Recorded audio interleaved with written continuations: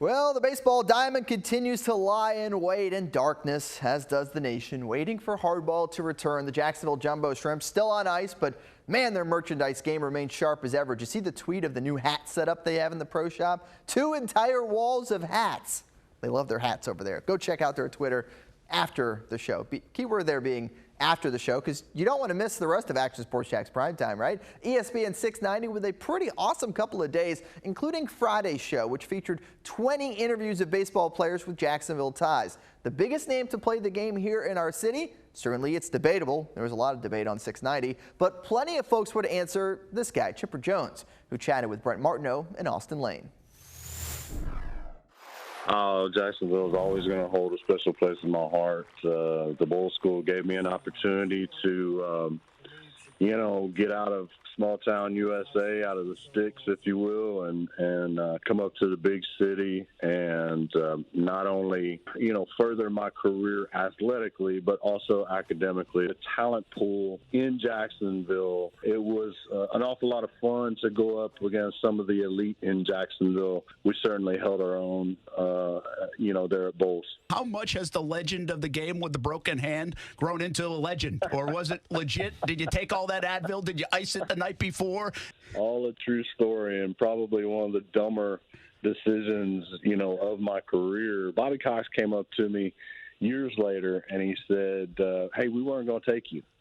And I go, really? I go, what changed your mind? He goes, you knocking out that kid the day before the state championship game and breaking your hand let us know that you have some, that number one, you stand up for yourself. You had a little bulldog in you. And I was like, man, you guys didn't know me at all, because I got in a bunch of fights. So, it turns out that that fight, my mother, she really kind of got on to me about that fight, saying that I could jeopardize my draft status. And ultimately, it was what vaulted me to the number 1 pick. And I remember it was either my first year or second year, either 2010, 2011. We're sitting in the training room, and usually the way it works is one guy controls the remote. And obviously we had a big country offensive tackle that was controlling the remote. We turn on the outdoor channel, and we just so happened to see you bow hunting. Now, there was a big debate, is that really Chipper Jones? And I'm like, well, Chipper Jones doesn't hunt. Like, he's playing baseball. Like, what are we talking about? Well, it turned out to be you. So my question to you is, what's more nerve-wracking, trying to take down that big buck with a bow, or let's say bottom of the 9th, 2 outs, and you're up to bat? What's more nerve-wracking? I have played baseball. That's where I feel most comfortable. If you put me in the box, I would much rather be, in the box against a Randy Johnson or a Roger Clemens. I'm right at home. I'm relaxed. I don't really feel it. Bro, if you get a monster buck coming at you from 500 yards and you got like 5 or 10 minutes to think about it, and you're up in that tree and you're locked on, and you got a camera over your shoulder, man, that is nerve-wracking, because you put in a lot of time.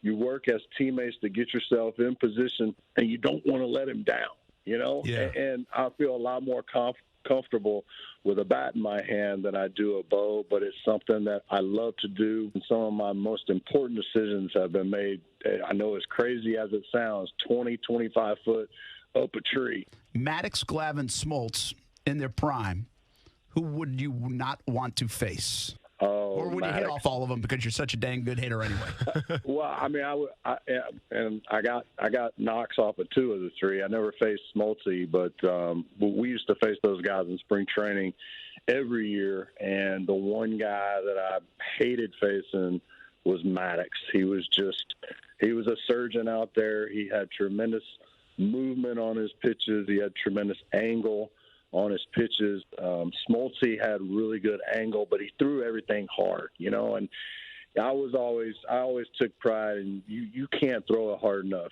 to get it by me. Glav was kind of frustrating to face. Glavine was actually the only one I ever hit a home run off of when he went to the New York Mets. But I would probably have to say in their prime, Maddox. Yeah. ESPN 690 every weekday from 3 to 6 o'clock. Of course, you can watch and listen to 10 different platforms, including a podcast. There's the Twitch live stream, YouTube, Twitter, Facebook. The cool thing is go back and watch that Friday show.